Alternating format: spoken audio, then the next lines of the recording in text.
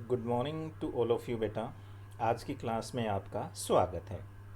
आज हम अपनी इतिहास की पाठ्य पुस्तक के अध्याय नंबर 3 बंधुत्व, जाति तथा वर्ग, आरंभिक समाज लगभग 600 ईसा पूर्व से 600 ईस्वी तक के बारे में जानेंगे, समझेंगे और सीखेंगे।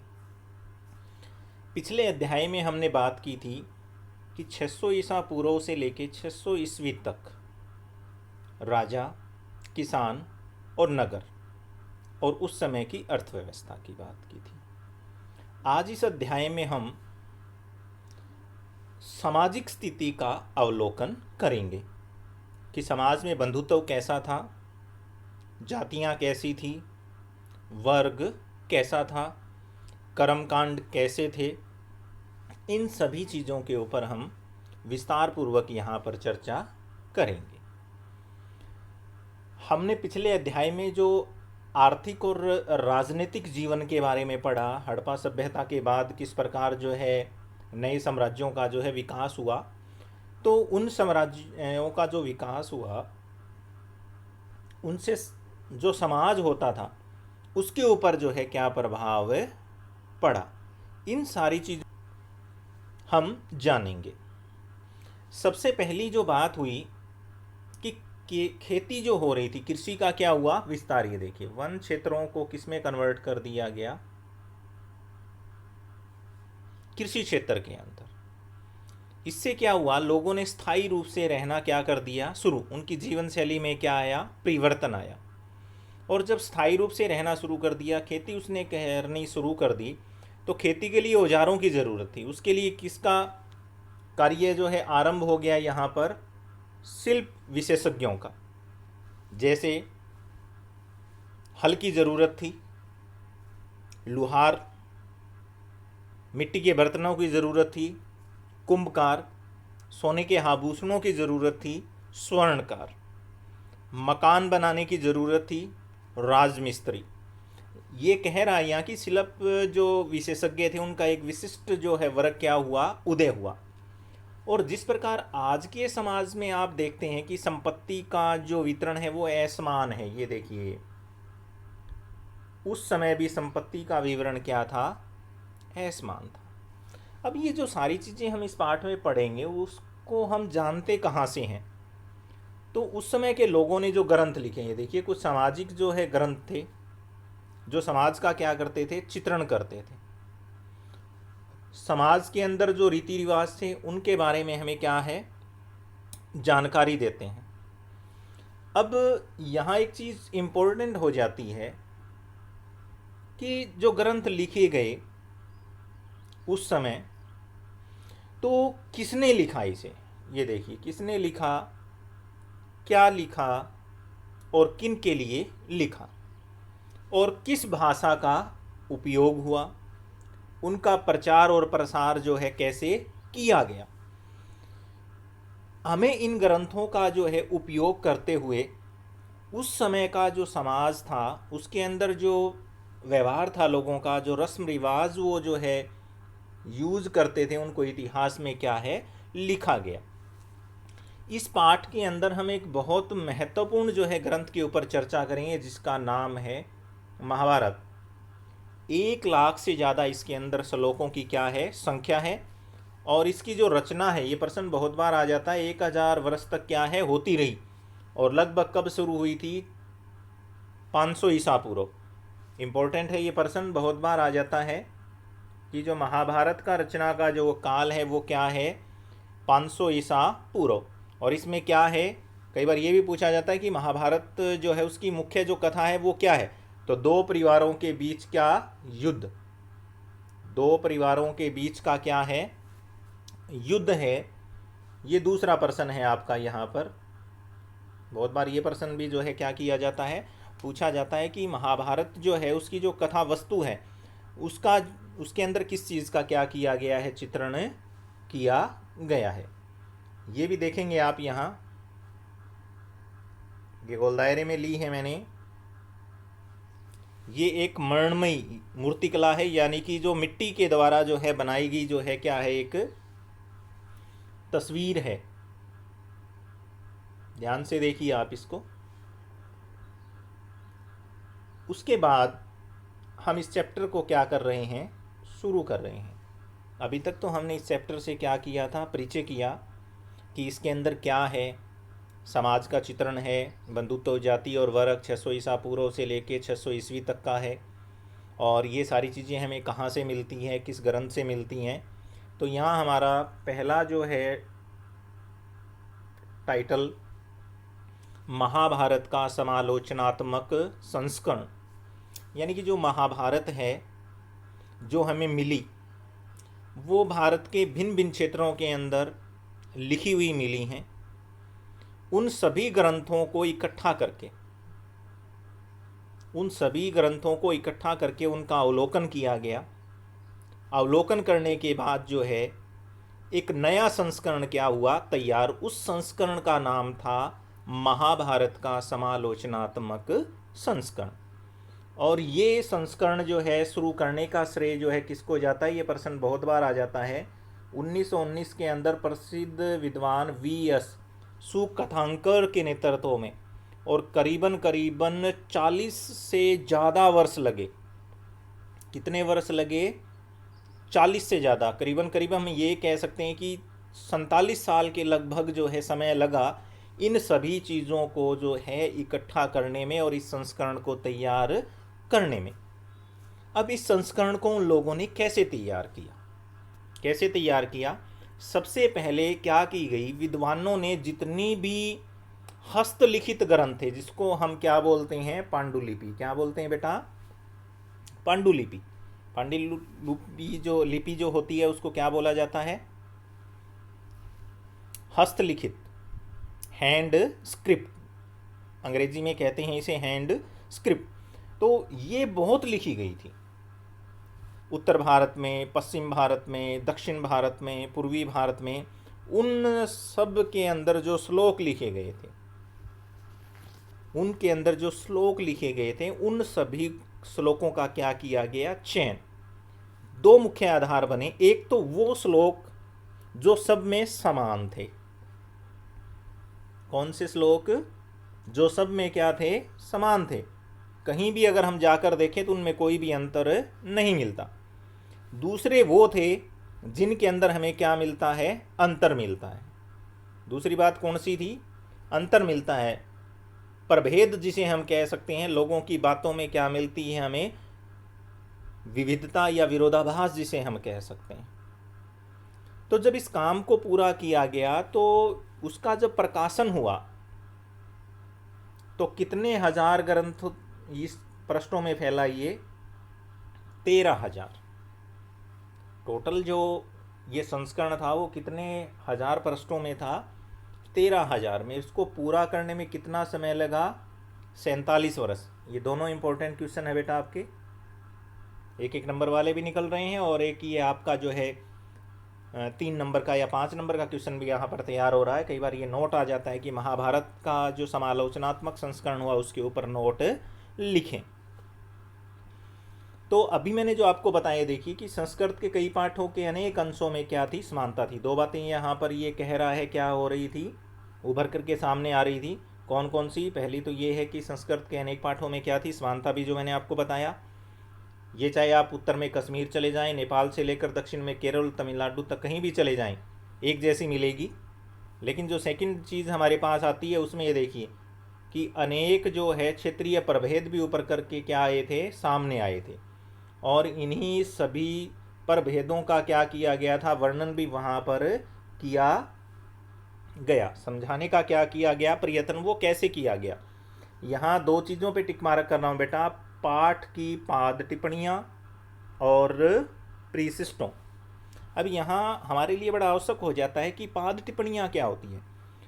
कई बार आपने देखा होगा कि आपका जो पाठ का जो पेज होता है, वो पेज जब समाप्त होता है उसके नीचे कुछ विशेष जो है लिखा हुआ होता है। जैसे यहाँ लिखा हुआ है, ये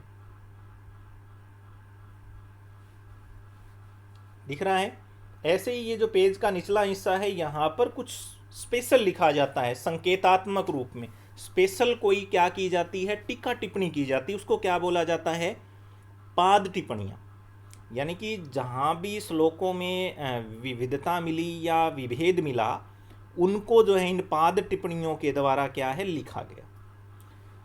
सेकंड आता है बेटा हमारे पास प्रिशिष्टों। अब यहाँ ये ज़रूरी हो जाता है कि प्रिशिष्ट क्या होता है। जब हम किसी बुक को पूर्णतः तैयार कर लेते हैं, उसके प्रश्नों को लिख लेते हैं, पाद टिप्पणियाँ उसमें कर देते हैं, उसके बावजूद अगर कोई चीज़ हमारी रह जाए, कोई अंश हमारा क्या हो जाए, रह जाए, तो जब उस पाठ्य पुस्तक की समाप्ति के बाद कुछ प्रश्नों के ऊपर वो अंश जो रह गए थे वो क्या कर दिए जाते हैं, लिख दिए जाते हैं, उनको क्या बोला जाता है, प्रीशिष्ट बोला जाता है। तो ये जो 13,000 जो प्रश्न थे, उनके अंदर आधे से भी ज़्यादा में पाद टिप्पणियाँ और क्या थी, प्रीशिष्ट। इस आधार पे हम कह सकते हैं कि जो महाभारत है वो क्या नहीं था, एक जैसा ग्रंथ पूरे भारत में नहीं था। तो इस तरीके से इसने बताया कि ये जो प्रभेद है ये उन गूढ़ प्रक्रियाओं, गूढ़ का मतलब होता है रहस्य में, उन रहस्य में क्रियाओं का क्या है, ये प्रकाश डालता है। द्योतक का मतलब होता है किसी चीज़ के ऊपर क्या करना, प्रकाश डालना। तो इसने कहा है कि जिन्होंने प्रभावशाली विचारों, परंपराओं और लचीले स्थानीय विचार और आचरण के बीच संवाद कायम करके सामाजिक इतिहास का क्या दिया, रूप दिया। जब सामाजिक इतिहास का इन्होंने रूप दिया तो दो चीज़ यहाँ पर आ जाती हैं, एक तो आता है द्वंद्व और एक होता है मतैक्य। द्वंद्व का मतलब होता है विरोधाभासी विचार, और मतैक्य का मतलब होता है एक मत में विश्वास करना। तो इससे ये तय हो गया हमारे पास कि दो हमारे पास प्रकार आए यहाँ, एक समानता वाला और एक असमानता वाला। तो इन सारे जो ग्रंथ हैं हमारे, इन ग्रंथों को लिखा किसने था, ब्राह्मणों ने। ये देखिए आप, किसने लिखा था, ब्राह्मणों ने। उसके बाद उन्होंने जो है 20वीं शताब्दी में इतिहासकारों ने पहली बार सामाजिक इतिहास के मुद्दों का अनुशीलन, का मतलब होता है गहराई से किसी भी चीज़ को क्या करना, जानने का प्रयत्न करना। और इन ग्रंथों को सतही का मतलब होता है जो इनका बेस था, जो इनका आधार था, उसको क्या किया, समझा। इन ग्रंथों में जो कुछ भी लिखा गया है, क्या वास्तव में वो सारी चीज़ें व्यवहार में लाई जाती थी। तो उस समय के विद्वान कौन सी भाषा इस्तेमाल करते थे, पाली, प्राकृत और तमिल। इन सभी परंपराओं का इन्होंने क्या किया, अध्ययन किया। तो वो इस चीज़ के ऊपर आए कि जो आदर्श मूलक जो संस्कृत हमारा जो ग्रंथ है वो आधिकारिक माना जाता है। क्या माना जाता है, आधिकारिक माना जाता है, किंतु आदर्शों को प्रश्नवाचक दृष्टि से भी क्या किया जाता है, देखा जाता है, और उसकी अवहेलना भी क्या है, कर दी जाती है। तो इतिहासकार जो है सामाजिक इतिहास के पुनर्निर्माण की जो है क्या करते हैं, व्याख्या करते हैं। उस टाइम हमें इन बातों का ध्यान रखना आवश्यक है कि सारी की सारी चीज़ें जो हैं समस्त क्षेत्र के अंदर समान रूप से प्रचलित नहीं थी। अब वो पॉइंट्स आएंगे हमारे सामने जिसके ज़रिए हम ये सिद्ध करने का प्रयत्न करेंगे, और उसका लिए हमारा पॉइंट स्टार्ट हो जाता है यहाँ पर दो, बंधुता एवं विवाह। अब यहाँ बंधुता और विवाह, इसके लिए देखिए बता रहा है नीचे, नियम क्या थे, अनेक, और व्यवहार में भी क्या थी, विविधता। अब वो कैसे है, इसको हम जानने का क्या करेंगे, यहाँ पर प्रयत्न करेंगे। हम बहुधा पारिवारिक, यानी कि हर आदमी जिस परिवार में जन्म लेता है उस परिवार को वो बहुत खुशी खुशी क्या कर लेता है, स्वीकार कर लेता है, जिस भी परिवार में उसका जन्म होता है। लेकिन जिस सोसाइटी में हम रहते हैं वहाँ पर सारे परिवार क्या नहीं होते हैं, एक जैसे नहीं होते हैं। कई परिवार ऐसे होते होंगे, आपने देखा होगा, जहाँ केवल माता पिता और उसके बच्चे तक रहते हैं। कुछ परिवार आपने ऐसे देखे होंगे जहाँ माता पिता, फिर उनके माता पिता, उनके बच्चे रहते हैं। कुछ ऐसे होते हैं जहाँ चचेरे, मौसेरे, ठीक है, ममेरे, फुफेरे, सारे ही मिलकर के क्या करते हैं, रहते हैं। तो जो परिवार होता है वहाँ पर अलग अलग जो है हमें क्या मिलती है, व्यवस्था देखने को मिलती है। कुछ जगह ऐसी भी होती हैं कि बहुत से परिवार ऐसे भी होते हैं जहाँ सभी लोग बैठ कर के इकट्ठा भोजन करते हैं, कोई धार्मिक अनुष्ठान किया जाता है। देखिए अंडरलाइन भी कर रहा हूँ मैं, संपादित करते हैं। और परिवार जो है एक बहुत बड़ा क्या होता है, समूह होता है। इसे हम क्या कहते हैं, संबंधी कहते हैं। और इन संबंधियों को हम क्या कह सकते हैं, जाति समूह भी कह सकते हैं। जैसे ब्राह्मण जाति के सभी जो हैं लोग एक जगह इकट्ठे रहते हों, वैश्य जाति के लोग, शूद्र जाति के लोग, तो उन संबंधियों को हम क्या कह सकते हैं, जाति समूह भी कह सकते हैं। और पारिवारिक रिश्ते यहाँ ये बता रहा है कि नैसर्गिक यानी कि क्या होते हैं, प्राकृतिक होते हैं। जैसे माता पिता का जो रिश्ता होता है वो क्या होता है, प्राकृतिक भी होता है और क्या होता है, रक्त संबंधी। अब रक्त संबंधी के अंदर माँ बाप, उसका बेटा, उसकी बेटी, इसके अलावा रक्त वाला जो होता है उसमें चाचा का लड़का, ताया का लड़का, वो भी किस में आ जाता है, ब्लड रिलेशन में आ जाता है। तो यहाँ इसने बताया, देखियो कि कुछ समाज ऐसे भी थे जहाँ भाई बहन यानी कि चचेरे मौसेरे से भी क्या माना जाता था, खून का रिश्ता। जैसे हिंदू समाज है। कुछ ऐसे थे जहाँ मानते नहीं थे, तो जैसे मुस्लिम समाज है। मुस्लिम समाज के अंदर जो है इतने दूर का जो रिश्ता होता है, उन लोगों के साथ जो है रक्त संबंधी रिलेशन नहीं माना जाता। तो जो आरंभिक जो हमारा ये समाज बना है, इसमें इतिहासकारों को विशिष्ट परिवारों के जो होते हैं, विशिष्ट का मतलब होता है जिन लोगों के पास अच्छी संपदाएं थी या जो राज चलाते थे, उनके बारे में जानकारी मिल जाती। लेकिन सामान्य लोगों के बारे में जो है किसी प्रकार का पुनर्विचार निर्मित करना क्या हो जाता है, मुश्किल हो जाता है। उसके बाद में हमारे पास नेक्स्ट जो हमारा पॉइंट जो स्टार्ट हो रहा है वो आ रहा है पितरवंशिक व्यवस्था के आदर्श। और ये इंपॉर्टेंट पर्सन भी है बेटा। ये देखिए मैंने गोल दायरा लगा दिया कि पितरवंशिकता का क्या अर्थ है, यानी कि जहाँ पर वंश परंपरा जो है पिता के बाद पुत्र, फिर पौत्र और उसके बाद प्रपौत्र से क्या करती है, चलती है। और मातृवंशिकता शब्द का इस्तेमाल में क्या होता है, जहाँ वंश परंपरा किससे जुड़ जाती है, माँ से जुड़ जाती है, उसे क्या कहते हैं, मातृवंशिकता। अब यहाँ पर जो व्यवस्था हम पैतृक वंश की देखेंगे वो हम कौरव और पांडवों के बीच देखेंगे, क्योंकि महाभारत की जो कहानी है वो दो बांधवों, आपस में बांधव थे, कुरु और पांडव, दोनों के बीच में लड़ाइयाँ हुई। किसके लिए हुई थी, भूमि और सत्ता को लेकर के। किसको लेकर के हुई थी, और दोनों के दोनों दल किस वंश से संबंध रखते थे, कुरु दल से। हमने पढ़ा था ना कि 16 जनपद थे, जिसमें मगध, कुरु, चंपा, अवनति, कौशल, इस तरीके के। तो इसी प्रकार उन 16 में से एक कौन सा था, कुरुवंश था। यह यहाँ पर जो है एक संघर्ष हुआ, किसके लिए, भूमि और सत्ता के लिए, और उसमें पांडव क्या हुए थे, विजयी हुए थे। और यहाँ भी पितृवंशिकता ही थी। इस महाकाव्य के अंदर अगर हम बात करें तो कौन सी थी, पितृवंशिकता। लेकिन हम ये नहीं कह सकते कि महाभारत से पहले ये चीज़ नहीं थी। महाभारत से पहले भी ये रचना क्या थी, मौजूद थी। यानी कि पुत्र जो है वो पिता की मृत्यु के बाद संसाधनों पर अपना अधिकार क्या कर लेता था, जमा लेता था। अधिकतर राजवंश ये बता रहा है कि पितृवंशिकता प्रणाली का क्या करते थे, वर्णन करते थे, अनुसरण करते थे। लेकिन कुछ जगह हमें क्या है, विविधता भी देखने को क्या चीज कर जाती है, मिल जाती है। अब वो कैसे मिलेगी, मान लीजिए किसी भी राजा के पुत्र नहीं है, तो फिर क्या होगा, दूसरे भाई जो होता है वो क्या बन जाएगा, उत्तराधिकारी। वो क्या बन जाएगा, उत्तराधिकारी।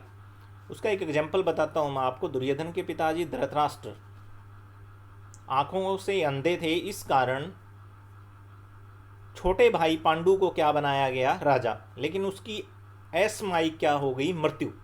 उसके बाद धृतराष्ट्र को जो है क्या बनाया गया था, राजा। और धृतराष्ट्र जो है ज्येष्ठ था, तो उसके बाद जो है दुर्योधन को ही क्या मिलना था, राज्य मिलना था। लेकिन पांडव जी भी क्या चाहते थे, राज हासिल करना चाहते थे कि युधिष्ठिर जो है क्या बने, राजा बने। तो इसके बारे में धृतराष्ट्र से भी जो है दुर्योधन ने बात की कि अगर वो राजा बन जाएंगे तो मैं जो है राज से क्या हो जाऊंगा बाहर, और नियम के मुताबिक राजा का बेटा ही क्या बनता है राजा, लेकिन पांडव उस बात के ऊपर जो है रजामंद नहीं थे। तो इसलिए ये कह रहा है, देखिए कि बंधु बांधव भी जमाते हैं, लेकिन एक जगह हमने पहले भी पढ़ा था, प्रभावती गुप्त ये जो है खुद जो है सत्ता का उपभोग करती हुई हमें क्या आती है, नजर आती है। इसने बताया, देखो पितृवंशिकता के झुकाव जो था वो शासक परिवारों के लिए कोई अनूठी बात नहीं थी। जो ऋग्वेद के क्रम कांड के जो ग्रंथ के जो मंत्र है उनमें भी इन चीज़ों को क्या किया गया था, डाला गया था। तो यह संभव है कि धनी वर्ग के पुरुष और ब्राह्मण भी ऐसा ही क्या रखते थे, दृष्टिकोण रखते थे। उसके बाद हमारे पास नेक्स्ट आ जाता है पॉइंट 2.3, विवाह के नियम। कि जो विवाह थे वो किस प्रकार के होते थे। यहाँ 4 प्रकार के विवाह दिए गए हैं। देखिए बेटा, अंतर्विवाह। अंतर्विवाह क्या होता है, एक ही गोत्र के अंदर या जाति में रहने वाले लोग जब आंतरिक विवाह करना शुरू कर देते हैं, गोत्र की गोत्र में जब विवाह होना शुरू हो जाए। इन्हें कहा है, देखिए वैवाहिक संबंध समूह के मध्य ही होते हैं, यानी कि जो समूह बना हुआ होता है यह समूह एक गोत्र कुल या एक जाति या फिर एक ही स्थान पर बसने वालों का हो सकता है। ये तो हुआ अंतर्विवाह। बहिर्विवाह में क्या हो जाता है, गोत्र से बाहर जब विवाह किया जाए, जैसे आजकल प्रचलित है, हम अपने गोत्र को छोड़ करके जो है दूसरे गोत्र में जो है क्या करते हैं, शादी करते हैं। यहाँ तक कि माँ और दादी के गोत्र को भी हम क्या कर देते हैं, छोड़ देते हैं। हम अपने गोत्र को, अपनी माँ के गोत्र को, अपनी दादी के गोत्र को भी क्या कर देते हैं, छोड़ देते हैं। इस प्रकार अगर गोत्र छोड़ करके अगर हम विवाह करते हैं तो क्या कहलाता है, बहिर्विवाह। उसके बाद आ जाता है नंबर 3 पे बहुपत्नी विवाह। बहुपत्नी में क्या होगा, एक पुरुष की पत्नियां क्या होंगी, अनेक होंगी। और चौथा जो हमारे पास आ रहा है वो कौन सा आ रहा है, बहुपति प्रथा। इसमें क्या होगा, एक स्त्री के अनेक पति होंगे, जैसे द्रौपदी के थे महाभारत के अंदर आप देखोगे। और राजाओं की जो है रानियां होती थी, वो आप किस में देखेंगे, बहुपत्नी विवाह में। अब यहाँ ये जो विवाह के नियम थे, हम ये नहीं कह सकते कि उस समय के समाज के ऊपर पूर्ण रूप से ये एक समान रूप से क्या थे, लागू थे। जो पुत्रियां होती थी उनको सिर्फ क्या समझा जाता था कि जब ये शादी के लायक हो जाएंगी, इनका विवाह करके इन्हें जो है दूसरे स्थान पर क्या कर दिया जाएगा, भेज दिया जाएगा, और समस्त संसाधनों के ऊपर किसका अधिकार हो जाएगा, पुत्र का। ये देखो, पुत्रियों को अलग तरीके से देखा जाता था, पैतृक संसाधनों पर उनका कोई भी अधिकार नहीं था, और गोत्र के बाहर उनका विवाह कर देना ही क्या था, अपेक्षित था। और इसी पद्धति को हम क्या कहते हैं, बहिर्विवाह। ये बता रहा है, देखिए ऊंची प्रतिष्ठा वाले परिवारों की कम उम्र में कन्याओं और स्त्रियों का जीवन सावधानी से क्या कर दिया जाता था, नियमित। उसे उचित समय और उचित व्यक्ति से क्या कर दिया जाता था, विवाह। और कन्यादान और अन्य विवाह में कन्या की भेंट को पिता का महत्वपूर्ण क्या माना जाता था, उत्तरदायित्व। अब जो सामाजिक जीवन था जो उस समय चल रहा था, उसके अंदर धीरे धीरे क्या हो रहा था, वस्तुओं की खरीद फरोख्त जो है हो रही थी। इससे नगरीय परिवेशों का भी क्या हो रहा था, जन्म हो रहा था। ये देखिए आप, और जब नगरीय व्यवस्था का जन्म होगा तो नगरों के अंदर उन व्यवस्थाओं को नहीं माना जाएगा जो ग्रामीण क्षेत्र में क्या है, प्रचलित है। ये देखिए आप, संभवतः जो आरंभिक विश्वास और व्यवहार थे उनके ऊपर प्रश्नचिन्ह लगने क्या हो जाते हैं, स्वाभाविक। और इसी चुनौती के लिए ब्राह्मणों ने फिर क्या लिखी, आचार संहिताएं लिखी, भी समाज को किस प्रकार चलाया जाए उसके लिए जो है कानून बनाए गए। और उन आचार संहिताओं को ही जो है क्या बोला गया था, धर्मसूत्र और धर्मशास्त्र। यहाँ एक ये इम्पोर्टेंट प्रश्न शुरू हो जाता है कि धर्मशास्त्र और धर्मसूत्रों का जो संकलन जो है वो कब हुआ, तो कब हुआ, 500 ईसा पूर्व। और इन्हीं में एक बहुत महत्वपूर्ण जो है ग्रंथ है धर्मशास्त्र का, मनुस्मृति, जो मनु के द्वारा लिखी गई है। इसका संकलन कब हुआ था, ये भी इम्पोर्टेंट है, 200 ईसा पूर्व से 200 ईस्वी के बीच। यानी कि धर्मसूत्र का मतलब ये था कि जो धर्म का पालन कैसे किया जाएगा, समाज के अंदर वर्ग कैसे होंगे, लोग किस प्रकार अपना काम करेंगे, उससे संबंधित था। और जो नियम उसके अंदर बना दिए गए थे उन्हीं लोगों के द्वारा उनका क्या किया जाता था, पालन। ये बताएगा, देखो ये नियम जो है वास्तव में जो है सामाजिक जो संबंध है वो बहुत ज़्यादा क्या थे, जटिल थे। अब जो धर्मसूत्र और धर्मशास्त्र है, इसमें विवाह के भी जो है प्रकार दिए थे 8। उन 8 में 4 कौन से थे, उत्तम कोटि के, और बाकी के 4 को निंदित माना जाता था। अभी यहाँ कुछ एक मैं बताऊँगा आपको कि ये कॉलम आप अगर देखेंगे, ये देखिए विवाह के 8 प्रकार। इसमें पहला जो दिया है।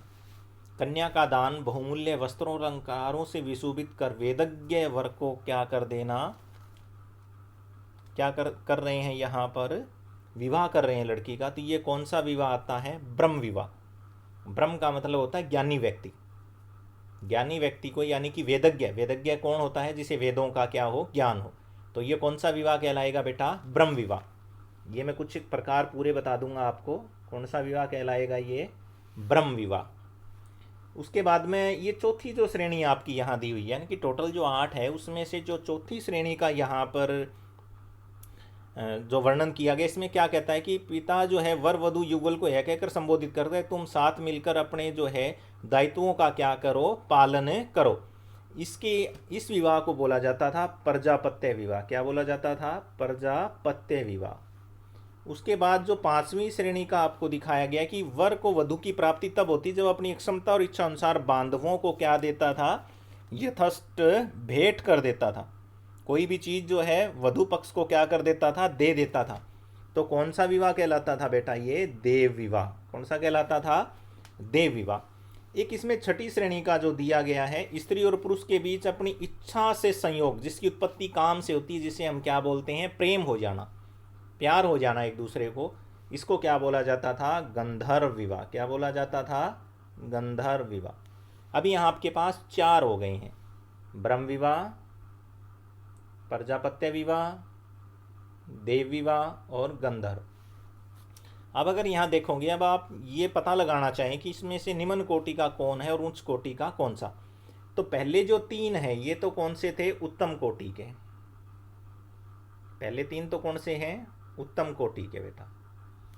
अब इसमें एक और रह जाता है कि उत्तम कोटि का चौथा कौन सा था, वो मैं आपको यहाँ पर क्या कर देता हूँ, बता देता हूँ। इसको बोला जाता था आर्ष विवाह। क्या बोला जाता था? आर्ष विवाह। और इसमें क्या होता था कि एक गाय का मूल्य जो होता है, एक गाय का जो मूल्य होता है, उतने मूल्य की राशि जो है वधु को वर पक्ष वाले क्या कर देते थे? दे देते थे। तो कितने हुए? 4 उत्तम कोटि के, ब्रह्म विवाह, प्रजापत्य विवाह, देव विवाह और आर्ष विवाह। ठीक है बेटा। अब मैं आपको यहाँ रिपीट बताऊंगा कौन से निकृष्ट जिनको बोला जाता था। क्या बोला जाता था? निकृष्ट। उसमें फर्स्ट तो अभी आपके सामने लिखा ही था गंधर्व, जो प्रेम विवाह है। कौन सा विवाह है?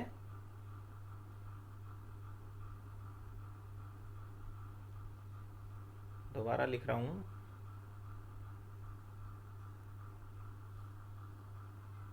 गंधर्व विवाह। कौन सा विवाह है बेटा? ये गंधर्व विवाह। उसके बाद में इसका मैंने वर्णन कर दिया था आपके सामने कि गंधर्व विवाह क्या होता था। उसके बाद हमारे पास सेकंड जो आ जाता है वो होता है राक्षसी विवाह। कौन सा विवाह होता है बेटा? राक्षसी विवाह। अब इसमें क्या होता है कि बिना जो है कन्या की सहमति के उसका अपहरण करके उसे जबरदस्ती क्या कर लेना? विवाह कर लेना। थर्ड आता है हमारे पास पिशाच। कौन सा विवाह आता है? पिशाच। इसमें क्या किया जाता है?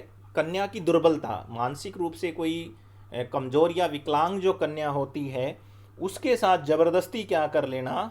विवाह कर लेना।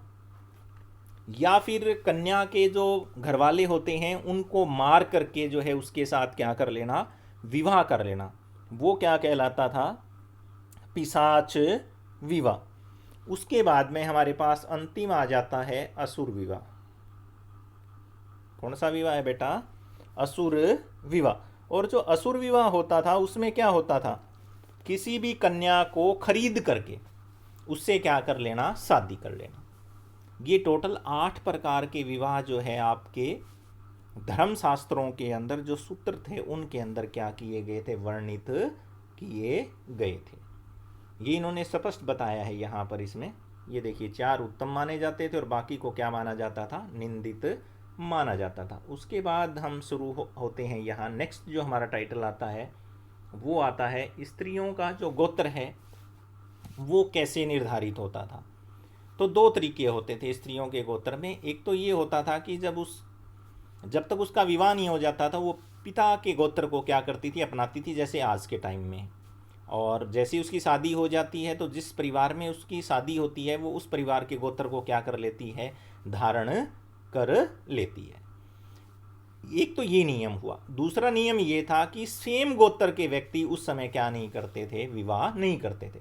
जो धर्मशास्त्र थे उसके अंदर रक्त की शुद्धता को बनाए रखने के लिए गोत्रों का क्या हुआ था, प्रचलन। ये प्रश्न बहुत बार आ जाता है, कब हुआ था गोत्रों का प्रचलन? 1000 ईसा पूर्व।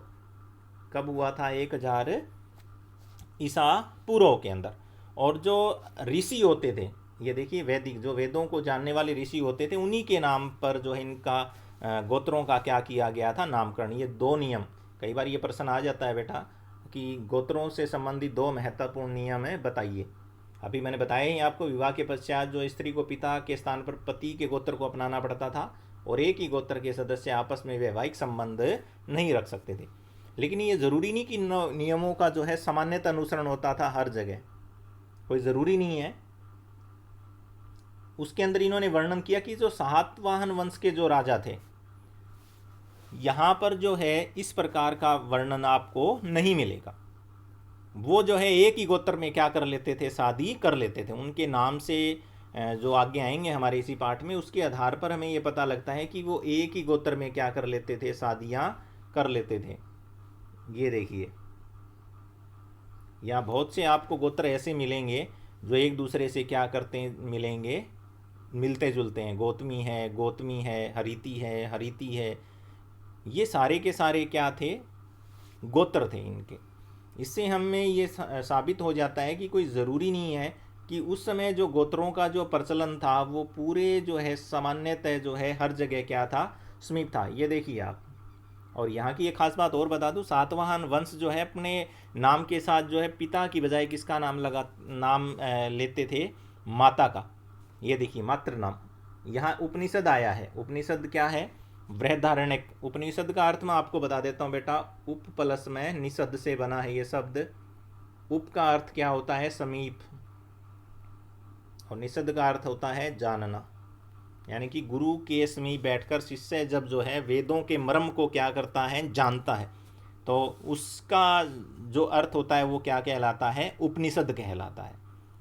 तो ये हर वेदों के जो है अपने उपनिषद हैं। सरलार्थ करना जिसे हम कह सकते हैं, जैसे हम कविताओं का जो है सरल भाषा में सरलार्थ करके उसे सिंपल बना देते हैं, ऐसे ही जो है वेदों की जो क्लिष्ट जो भाषा थी उसको सामान्य भाषा में क्या कर दिया जाता था, कन्वर्ट कर दिया जाता था, ताकि ज़्यादा से ज़्यादा लोग जो हैं इस चीज़ को क्या कर सकें, समझ सकें। अभी बताएगा ये देखिए कि सातवां राजा जो है बहुपत्नी प्रथा थी, वहाँ पर हमने पढ़ा था ना, बहुपति और बहुपत्नी। तो बहुपत्नी की बात जब हम करेंगे तो सातवाहनों में, और बहुपति की बात करेंगे तो पांडवों में। ये देखिए, इन्होंने नामों का विश्लेषण करता है रानियों के। देखिए, गौतम और विशिष्ट, अभी मैंने आपको बताया था उनके पिता के गोत्र थे। विवाह के बाद भी पति के कुल के गोत्र को ग्रहण करने की अपेक्षा जो है उन्होंने अपने ही गोत्र को क्या किया, अपनाए रखा। इससे ये तय हो जाता है कि ब्राह्मण ग्रंथों का जो इस्तेमाल है वो पूरे भारत में एक साथ नहीं होता था। अभी हमने बात की थी अंतर्विवाह पद्धति थी यहाँ पर, ये देखिए दक्षिण भारत के अंदर, जबकि होनी कौन सी चाहिए थी, बहिर्विवाह। तो इसलिए इसने कहा है, देखिए कि उपमहाद्वीप के कई भागों में विविधताएं क्या थी, मौजूद थी, और उनके विशिष्ट ब्योरों को पुनर्निर्मित कर पाना क्या नहीं है, बिल्कुल भी संभव नहीं है। उसके बाद में नेक्स्ट जो हमारे पास पॉइंट्स आ जाता है वो हमारे पास स्टार्ट होता है, क्या माताएं जो है महत्वपूर्ण थी। तो अगर हम सातवां राजाओं की अगर बात करें तो उनके लिए माताएं क्या थी, बहुत महत्वपूर्ण थी। हालांकि हम ये तो नहीं कह सकते कि उस समय मात्र सत्तात्मक जो है परिवार था। परिवार तो फिर भी क्या होता था, पितर सत्तात्मक ही होता है। माताएं जो है कितनी महत्वपूर्ण थी, इस विषय के ऊपर जो अगर हम बात करते हैं तो उसके बाद में हमारे पास थर्ड जो हमारा पॉइंट्स जो आता है वो आ जाता है सामाजिक विविधता। कौन सा आ जाता है, इस सामाजिक विषमताओं के बारे में हम अपनी आगे की कक्षा में क्या करेंगे, अध्ययन करेंगे। थैंक यू बेटा।